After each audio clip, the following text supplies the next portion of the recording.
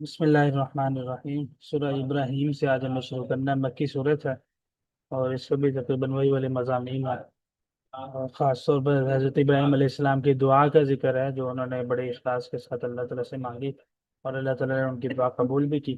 اس وجہ سے اس صورت کا نام سورہ ابراہیم رکھا گیا۔ 52 آیات ہیں اور 7 رکوع ہیں۔ باقی مضامین مکی صورتوں والے ہی ہیں، جس میں جو ہے رسالت کا ثبوت ہے، بعث بعد الموت کا ثبوت ہے، اور گزشتہ جو انبیاء کرام ہیں ان کی واقعات ہیں، ان کی قوموں کے ان کا تذکرہ ہے۔ بسم اللہ الرحمن الرحیم۔ الف لام را کتاب انزلناه إليك لتخرج الناس من الظلمات إلى النور وذكر بإذن ربهم إلى صراط العزيز الحميد الله الذي له ما في السماوات وما في الأرض وويل للكافرين من عذاب شديد الذين يستحبون الحياة الدنيا على الآخرة ويصدون عن سبيل الله ويبغونها عوجا أولئك في ضلال بعيد وما أرسلنا من رسول إلا بلسان قومه ليبين لهم فيضل الله من يشاء ويهدي من يشاء وهو العزيز الحكيم ولقد أرسلنا موسى بآياتنا أن أخرج قومك من الظلمات إلى النور وذكرهم بأيام الله إن في ذلك لآيات لكل صبار شكور صدق الله العظيم۔ ترجمہ: الف لام را اللہ اعلم بمرادہ کتاب انزلناہ الیک، کتاب ہے جو کہ ہم نے آپ کی طرف نازل کی ہے، لتخرج الناس من الظلمات الی النور، تاکہ آپ نکالیں الناس لوگوں کو من الظلمات اندھیریوں سے الی النور نور کی طرف۔ اندھیریوں سے مراد کفر فسق ہے، گناہ ہے۔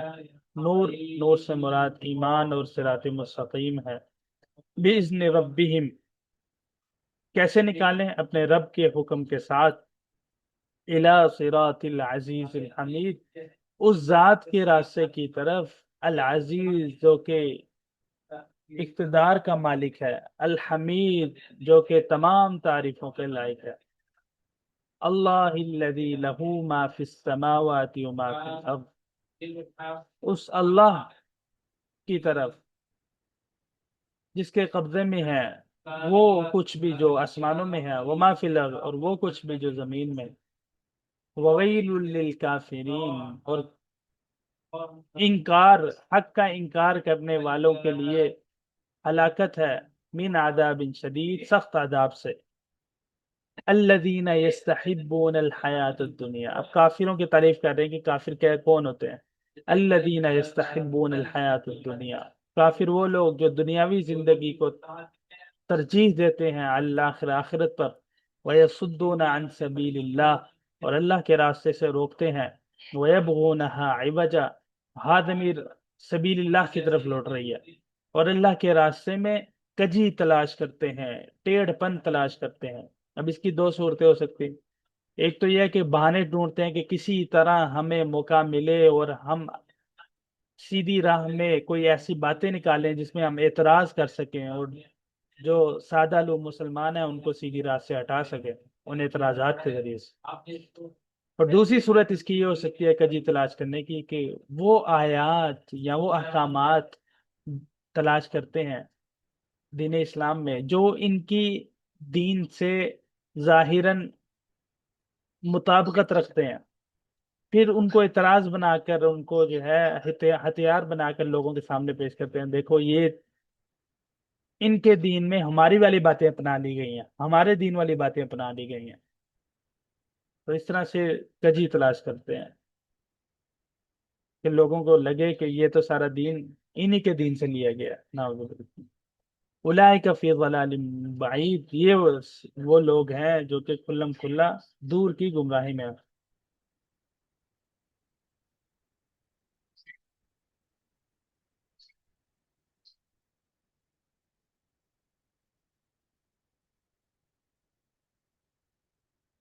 وما ارسلنا من رسول الا بلسان قومه، ہم نے نہیں بھیجا کسی بھی رسول کو الا مگر بلسان قومه، انہی کی قوم کی زبان میں، لیبین لہم تاکہ وہ اپنی قوم کے سامنے کھول کھول کر واضح کر سکے اللہ کی آیات کو۔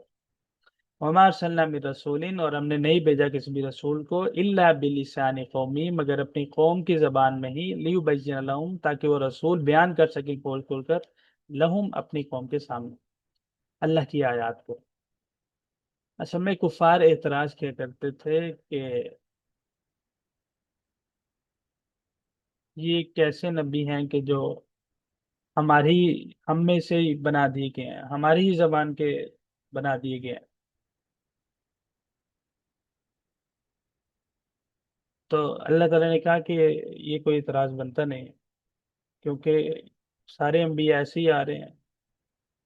جس کسی قوم کی طرف بھیجے گئے تو اس قوم کی زبان میں ہی بھیجے گئے تاکہ کھول کھول کر ان کو اللہ کی آیات سمجھا سکے۔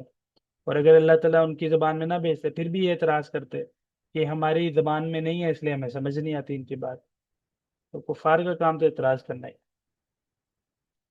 فیضل اللہ، اور وہ اعتراض اس وجہ سے کرتے تھے، کہتے تھے کہ اگر یہ چونکہ ہماری قوم کی زبان ہی یہ بولتے ہیں تو اس سے ہمیں شبہ ہوتا ہے کہ شاید یہ اپنی طرف سے کلام گھڑ کے لے آتے ہیں، اور اگر یہ ہماری زبان میں سے نہ ہوتے اور پھر یہ ہماری زبان میں کلام لے کر آتے تو پھر ہم سمجھتے کہ واقعی یہ اللہ کی طرف سے نبی ہیں اور یہ کلام اللہ ہے، یہ ان کا اپنا بنایا ہوا نہیں۔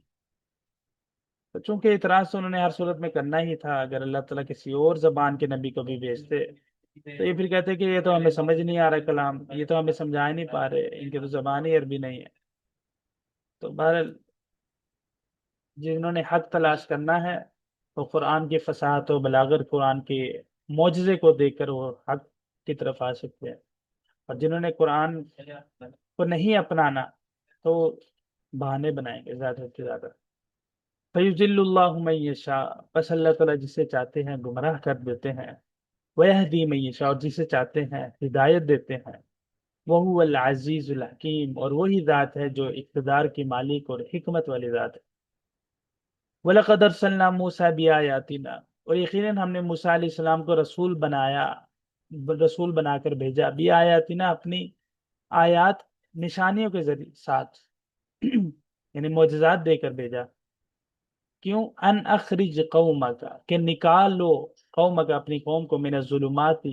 کفر کی اندھیریوں سے، الی النور نور کی طرف، وذکرہم بایام اللہ، اور اے موسیٰ ان کو یاد دلاؤ، ذکر یذکر کا معنی ہوتا ہے یاد دلانا، ذکرہم اور یاد دلاؤ ان کو اپنی قوم کو، بایام اللہ اللہ کے ایام، اللہ کے دن، ان فی ذلک لآیات لکل صبار شکور، یقیناً ان دنوں میں بڑی ہی نشانیاں ہیں ہر صبر کرنے والے اور شکر کرنے والے آدمی کے۔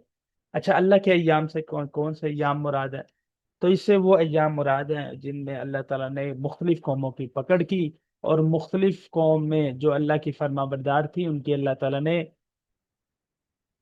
خزانہ غیب سے مدد کی، تو یہ وہ ایام مراد ہیں۔ مطلب یہ ہے کہ اے موسیٰ اپنی قوم کو پرانے یا انہی کی جو آباء و اجداد کے قصے ہیں ہلاکت کے یا اللہ کی نعمتوں کے، وہ سناؤ تاکہ یہ لوگ ایمان کی طرف آئے، سیدھی راہ کی طرف آئے، عبرت حاصل کر کے۔ وَإِذْ قَالَ مُوسَىٰ لِقَوْمِهِ، اور اس وقت کو یاد کرو جب موسیٰ علیہ السلام نے اپنی قوم سے کہا اذکروا نعمت اللہ علیکم، کہ اللہ کی نعمت جو تم پر ہے اس کو یاد کرو، اذ انجاکم من آل فرعون، اور وہ نعمت کہ جب کہ تم کو نجات دی اللہ تعالیٰ نے آل فرعون سے، یسومونکم سوء العذاب، جو کہ تم کو بڑا ہی بدترین عذاب دیا کرتے تھے، وَيُذَبِّحُونَ أَبْنَاءَكُمْ، اور تمہارے بچوں کو ذبح کر دیا کرتے تھے، وَيَسْتَحْيُونَ نِسَاءَكُمْ، اور تمہاری عورتوں کو زندہ رکھا کرتے تھے، وَفِي ذَلِكُمْ، اور اس میں بلاء،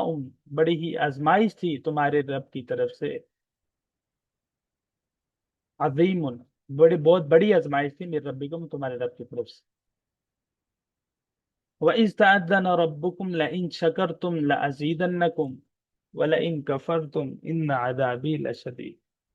اور یاد کرو اس وقت کو اے میری قوم، موسیٰ علیہ السلام کہہ رہے ہیں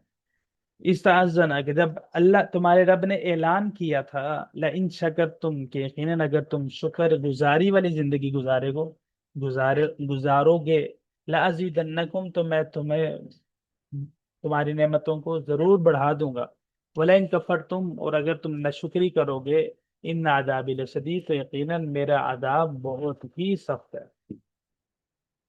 وقال موسیٰ ان تکفروا، موسیٰ علیہ السلام نے کہا، ان تکفروا اے قوم اگر تم ناشکری کرو گے، تم ومن فی الارض جميعا اور جتنے زمین میں لوگ ہیں سب کے سب، اگر تم سب ناشکری پر اتر آؤ، اللہ کے انکار پر اتر آؤ، فإن اللہ لغنی حمید تو یقیناً اللہ تعالیٰ کی ذات لغنی مستغنی ہے، حمید اور قابل تعریف ہے۔ اللہ تعالیٰ کی ذات مستغنی اور قابل تعریف، یعنی اللہ کی ذات کو کوئی فرق نہیں پڑتا اگر اللہ کی ذات کا کوئی انکار کرے یا اللہ تعالیٰ کی نافرمانی کرے، اللہ تعالیٰ تو ان چیزوں سے مستغنی ہے۔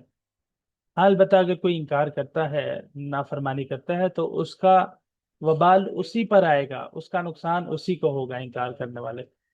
لہذا انکار کر کے تم اپنا ہی نقصان کر رہے ہو، اللہ کا ہی نقصان نہیں کر رہے۔ الم یاتکم نبأ الذین من قبلکم، الم یاتکم کیا تمہارے پاس نہیں آئی، نبأ الذین من قبلکم تم سے پہلے قوموں کی خبر؟ کون سی قومیں؟ قوم نوح وعاد وثمود، تم سے پہلی قوم یعنی قوم نوح، قوم عاد اور قوم سمود کی خبر۔ والذین من بعدہم اور وہ قومیں جو ان کے بعد تھی، لا یعلمهم الا اللہ نہیں جانتا ان قوموں کو سوائے اللہ، یعنی وہ قومیں بھی ہیں، ایسی قومیں بھی گزری ہیں جن کا علم کسی کو ہے ہی نہیں سوائے اللہ کے، تو وہ ساری ایسی قومیں تھیں جن کو اللہ تعالیٰ نے ہلاک کر دیا، اللہ تعالیٰ نے اپنے عذاب برسایا ان پر ان کی نافرمانی کی وجہ سے، اور وہ اللہ کا کچھ بھی نہ بگاڑ سکے۔ اس سے پتہ چلا ہے کہ اللہ کی ناشکری کرنے سے تم کو ہی نقصان ہوگا، اللہ کا کفر کرنے سے، انکار کرنے سے تم کو ہی نقصان ہوگا، جیسے کہ پہلی قوموں کو نقصان پہنچا، اللہ کا کوئی نقصان نہیں ہوگا۔ جاءتہم رسلہم بالبینات، جاءتہم آئے تھے ان کے پاس ان کے رسول، بالبینات واضح دلائل لے کر، فردوا ایدیہم فی افواہہم، ردا یردو کا معنی ہوتا ہے لوٹا دینا، یہاں پر اس کا معنی کریں گے رکھنا۔ فردو پس انہوں نے، ان کی قوم نے رکھ دیا، ایدیہم اپنے ہاتھ، فی افواہہم رسولوں کے منہ میں، یعنی ان کو زبردستی دعوت دینے سے روک دیا۔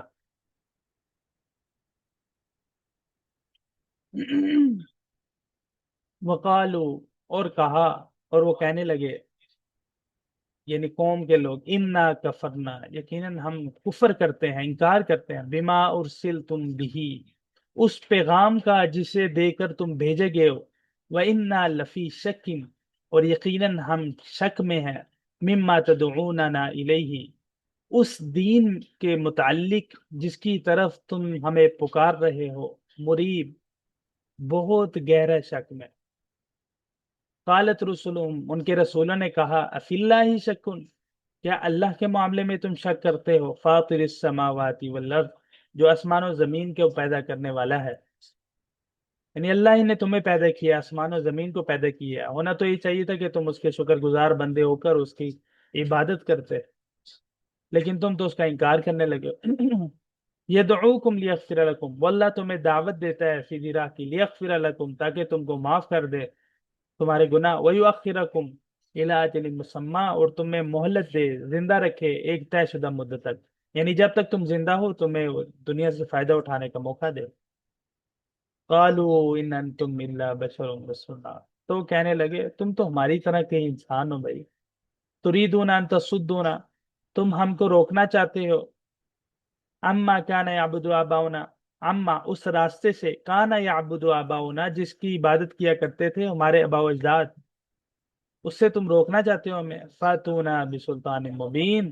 تو اگر ایسا چاہتے ہو کہ ہم اپنے آباء و اجداد کی عبادت سے رک جائیں، فاتونا تو لے آؤ ہمارے پاس سلطان مبین کوئی کھلم کھلا معجزہ، کوئی واضح معجزہ لے کر آؤ ہماری فرمائش کے مطابق۔